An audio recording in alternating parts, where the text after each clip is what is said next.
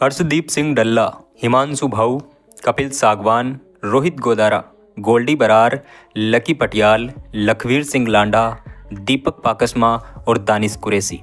ये वो 10 नाम हैं जो इस वक्त भारतीय जांच एजेंसियों के लिए सिरदर्द बने हुए हैं और वजह है भारत से बाहर बैठकर भारत के खिलाफ ही जहर उगलना और आतंकवादी गतिविधियों को अंजाम देना। इनमें से कुछ तो भारत के लोगों को ही टारगेट करते हैं, भारत के खिलाफ ही आतंकवादी गतिविधियों को अंजाम देते हैं।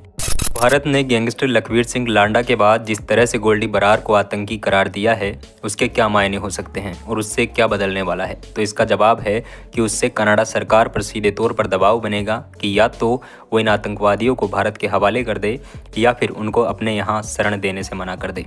ऐसी ही गतिविधियों के कारण लखवीर सिंह लांडा पर भी यूपीए लगाया जा चुका है, क्योंकि उसने भारत में हथियार तस्करी जैसे बड़े काम किए थे, जिसकी वजह से लखवीर सिंह लांडा पर भी यूपीए लगाकर उसे भी आतंकवादी घोषित कर दिया गया। इसी तरह गुरपतवंत सिंह पन्नू का नाम भी इस लिस्ट में है, लेकिन वो कनाडा नहीं बल्कि अमेरिका के संरक्षण में रह रहा है और उसके पास अमेरिका और कनाडा दोनों देशों की नागरिकता है। मसलन आतंकी घोषित करने के बाद उन देशों पर दबाव रहता है कि या तो वो उन आतंकियों को गिरफ्तार करके यहाँ पर जिस देश ने आतंकी घोषित किया है उसको डिपोर्ट करवा दे। मसलन गोल्डी बरार को आतंकी घोषित करने के बाद इंटरपोल ही नहीं बल्कि रॉयल कनाडियन पुलिस भी उसकी सर्च में लग गई है। भारतीय जांच एजेंसियों की माने तो ये सभी गैंगस्टर मुंबई अंडरवर्ल्ड की मोड्स ऑपरेंडी की तर्ज पर काम कर रहे हैं। अब आप लोग सोचेंगे कि मोड्स ऑपरेंडी क्या होता है। दरअसल इसके तहत उनका टारगेट और ऑपरेशन एरिया तो बेशक भारत में हो, लेकिन वो खुद विदेशों में छुपे रहते हैं। ऐसे ही कनाडा के एक गैंगस्टर अर्शदीप सिंह डल्ला ने दिल्ली में एक शख्स की आतंकवादी गतिविधियों की तर्ज पर गला रेतकर हत्या कर दी ताकि सांप्रदायिक दंगों को भड़काया जा सके। कनाडा में रहने वाले एक अन्य खालिस्तानी गैंगस्टर हरदीप सिंह निज्जर भी ऐसी ही टारगेट किलिंग में शामिल था।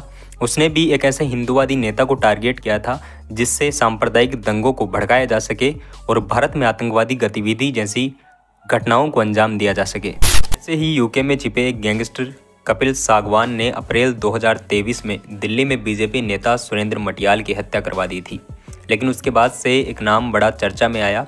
सुखदेव सिंह गोगामेडी राष्ट्रीय करणी सेना के अध्यक्ष की हत्या करने के बाद रोहित गोदारा जो नाम था वो काफ़ी चर्चा में आया।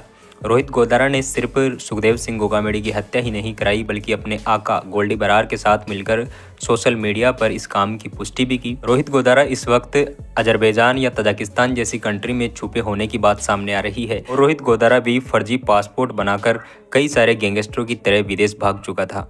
बम्बिहा गैंग को ऑपरेट करने वाले लकी पटियाल के बारे में कहा जाता है कि वो पहले भारत से भागकर कनाडा गया और जब कनाडा में गैंगस्टर गोल्डी बरार ने एक छत्तर राज कायम कर लिया तो वो वहाँ से भागकर अमेरिका चला गया।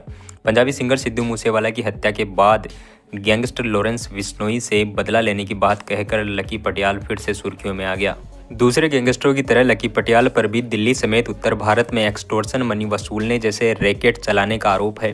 पिछले साल मई 2023 में तिहाड़ जेल में गैंगस्टर टिल्लू ताजपुरिया की चाकू से गोदकर हत्या कर दी गई। दिल्ली में ऐसे कई गैंग सक्रिय हैं जो एक साथ मिलकर काम करते हैं। इनका गठजोड़ होता है और इनके जो आका हैं वो विदेशों में बैठकर इनको ऑपरेट करते हैं। ऐसे कई gang Delhi, Haryana, UP, MP में ये लोग ऑपरेट करते हैं या फिर ये लोग जेल में बैठे बैठे अपनी गैंग को ऑपरेट करते हैं, जैसे लॉरेंस बिश्नोई, नीरज भवाना जैसे कई सारे गैंगस्टर ऐसे भी हैं जो भारत की जेलों में बैठकर अपनी गैंग को ऑपरेट करते हैं।